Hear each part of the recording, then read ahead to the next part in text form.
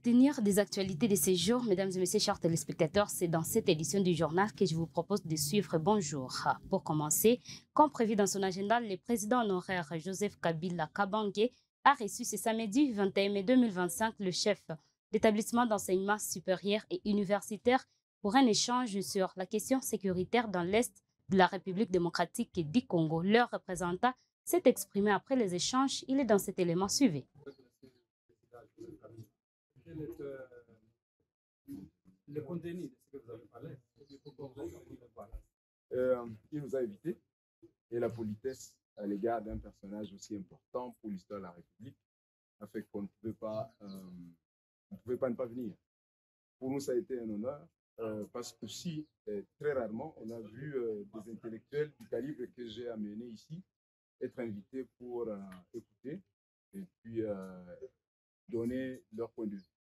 Pour aujourd'hui, on a écouté parce qu'on sait, on est persuadé que nous ne connaissons pas mieux le Congo que le président honoraire. Et nous l'avons écouté, il nous a donné une tâche que je ne voudrais pas révéler. D'ici quelques matins, nous allons le revoir pour lui remettre des défauts. Vous l'avez écouté, de quoi avez-vous discuté concrètement? Nous l'avons écouté, on n'a pas discuté. Qu'est-ce que vous avez alitualika na adabu mbele ya mtu mkubwa kama rais wa zamani, iliacha tunakuya. Tulimsikiliza kwa sababu tunajua ya kwamba anaijua Kongo na shida za Kongo kuchini. Ndio maana tulimsikiliza pinga naye ubishi, atufanya echange, alitupatia muda ili binyali tuambia tuweze kumletea sasa commentaire zetu. Mais kwa leo tulimsikiliza kwanza. Pour 118 ans de gestion ces pays aujourd'hui, la RDC face à une crise, vous pensez qu'il va jouer quel rôle? C'est quoi le fait de poser? Poser la question au prof, les questions à caractère politique, il ne saurait pas y répondre. Parce qu'à toute question, un intellectuel ne répond qu'après avoir fouillé profondément avec. Que pense le président par rapport à la situation sécuritaire de l'Est? Son point de vue a été donné dans sa déclaration. Je crois que vous l'avez tous écouté.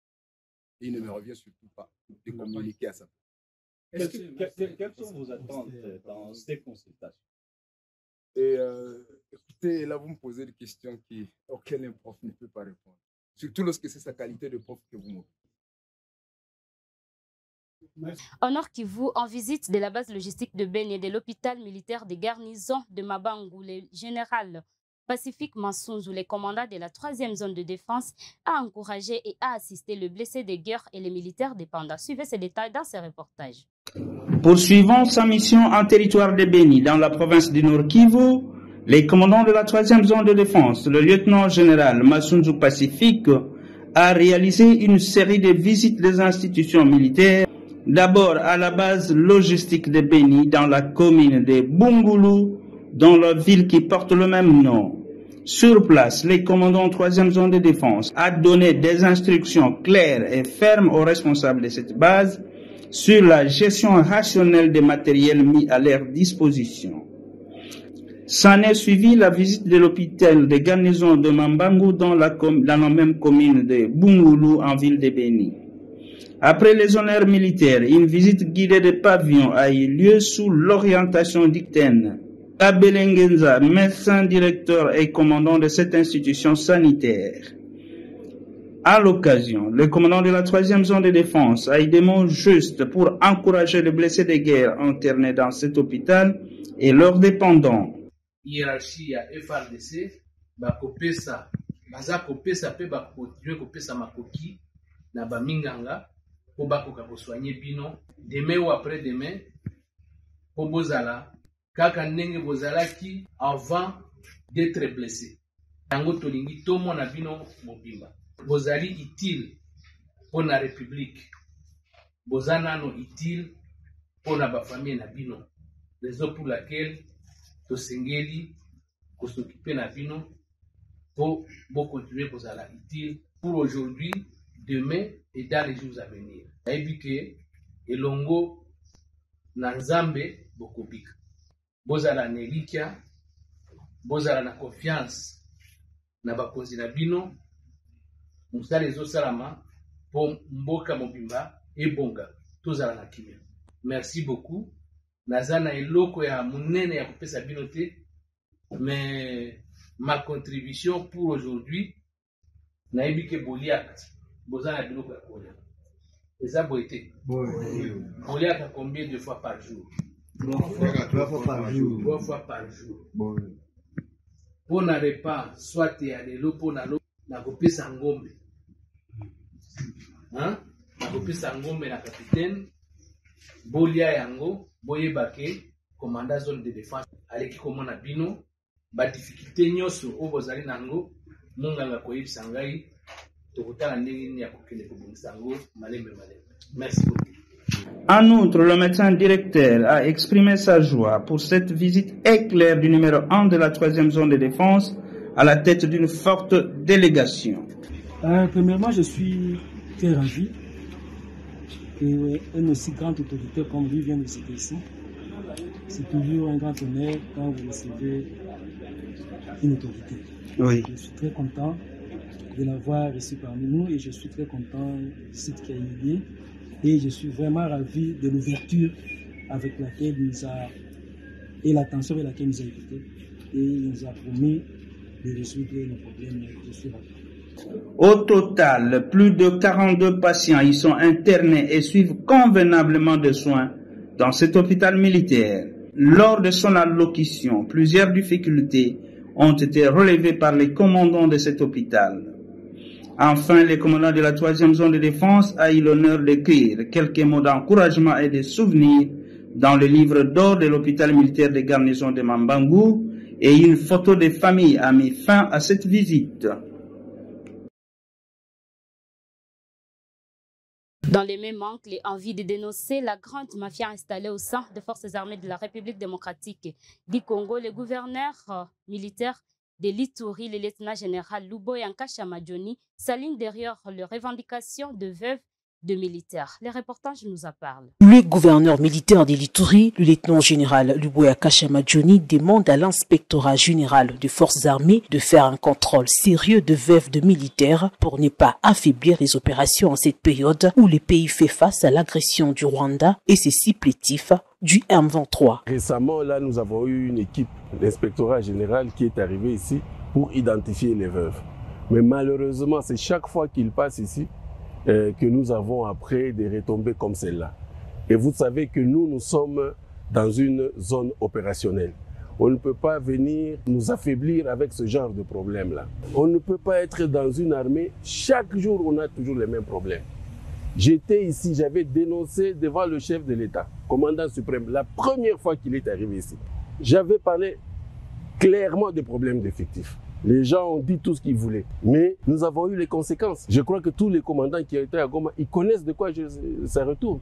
Des régiments qui n'étaient plus des régiments. On a donné des rapports et tout, mais rien n'a été fait. Là où il fallait avoir 1200 personnels, on a 300, on a 400, et jamais ces gens-là ont été mis en cause. Les commandants d'opérations militaires en Ituri est persuadé que la non-prise en compte des cris d'alarme de ces veuves et orphelins qui n'ont pas touché leur salaire après le dernier contrôle de l'inspectorat général en Ituri constitue un acte de déstabilisation. Nos militaires sont en train de combattre là le CRP M23, la milice de Thomas Lubanga, qui est, n'est-ce pas, allié au M23. Nos militaires sont en train de mourir. Mais si un militaire qui est devant l'ennemi, il apprend que les veuves ne sont pas payées, pourquoi est-ce que ce militaire-là va se sacrifier? Il va dire le jour où je vais mourir, ça sera la même chose pour mes enfants. Ça touche vraiment au moral militaire. Ça touche au moral de ces combattants, de ces hommes-là qui sont vraiment à la ligne de front. Comment est-ce qu'ils vont combattre s'ils savent que s'ils meurent, à leur mort, on ne va pas s'occuper des veuves, qu'on va traiter leurs veuves comme on est en train de le faire aujourd'hui? Ça vise à déstabiliser toutes les opérations. On n'a pas le droit de nous déstabiliser avec tous les problèmes que nous avons. Ces veuves de militaires en colère, teintées des couleurs noires et bandes rouges au bras, ont désapprouvé le récent contrôle de l'inspectorat général.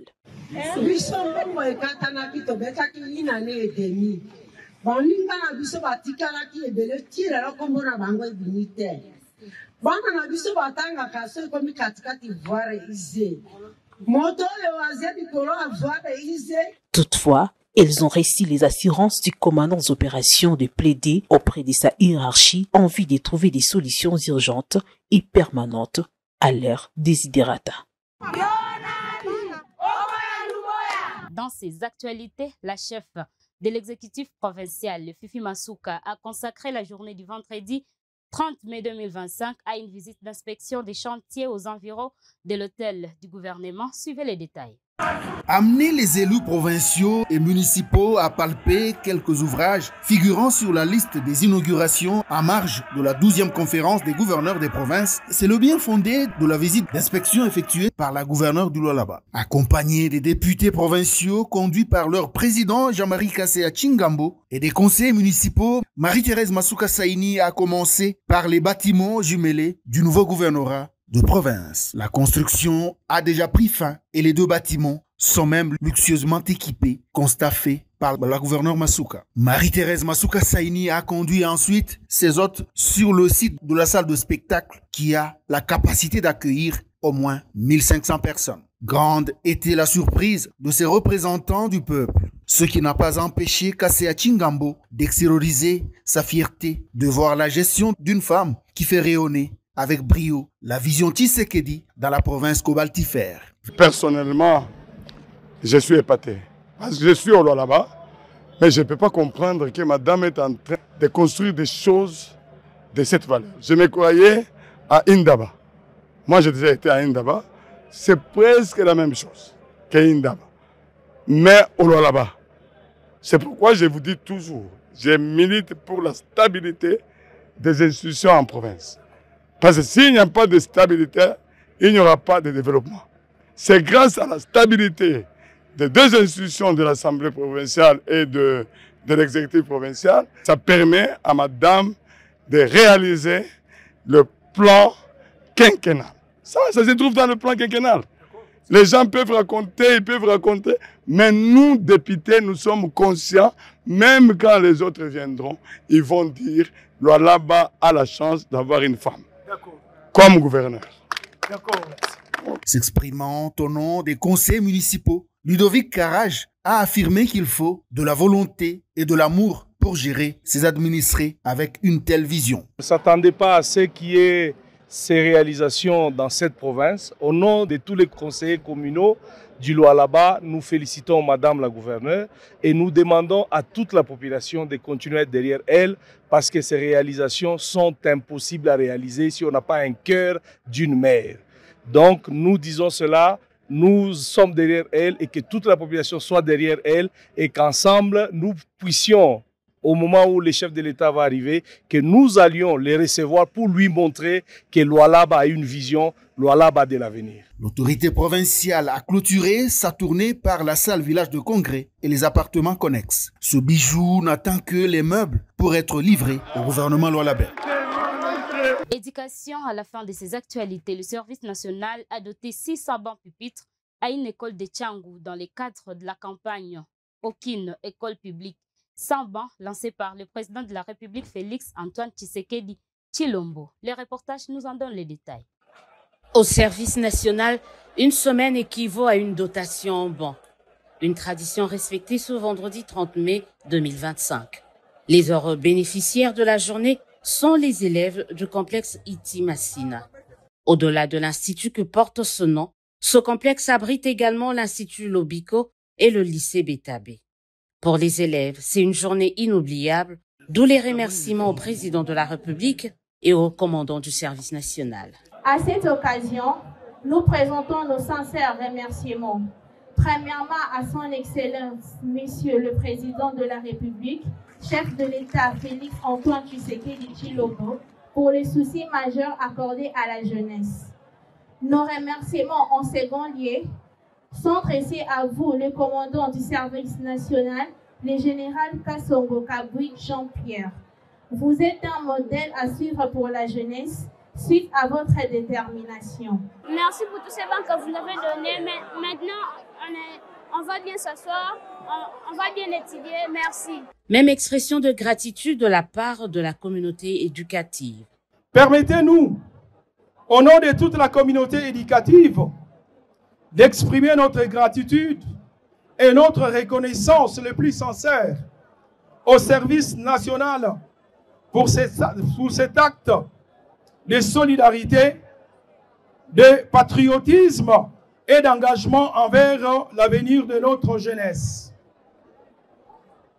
Grâce à cette contribution précieuse, des centaines d'élèves étudieront désormais dans de meilleures conditions, assidûment sur les bancs fabriqués avec soin et amour par les experts et bâtisseurs de la nation. Je ne sais comment vous exprimer ma joie de voir la matérialisation, n'est-ce pas, de ce service. Maintenant que nous avons eu ce banc, tout le monde ne s'y attendait pas. Nous apprenons ici et là qu'on est allé déposer des bancs ici. On se posait la question, à quand sera le tour de l'ultimatum? Aujourd'hui, nous sommes vraiment dans la joie totale. Par rapport à cette action, vraiment, nous sommes très heureux d'avoir de nombreux bancs dans notre école. Vraiment, nous remercions le chef de l'État pour cette action. Nos élèves n'étudient pas de bonnes conditions. En tout cas, nous vous remercions abondamment. Conformément aux orientations du chef de l'État, Félix-Antoine Tshisekedi Tshilombo, le lieutenant-général Jean-Pierre Kasson-Okabouik ainsi que le service national entendent poursuivre avec cette campagne « Pas d'école sans banc ». Objectif, redonner de la dignité, de l'espoir à tous les élèves de la République démocratique du Congo. Téléspectateurs, vous avez suivi cette édition. Merci pour votre attention. Portez-vous bien.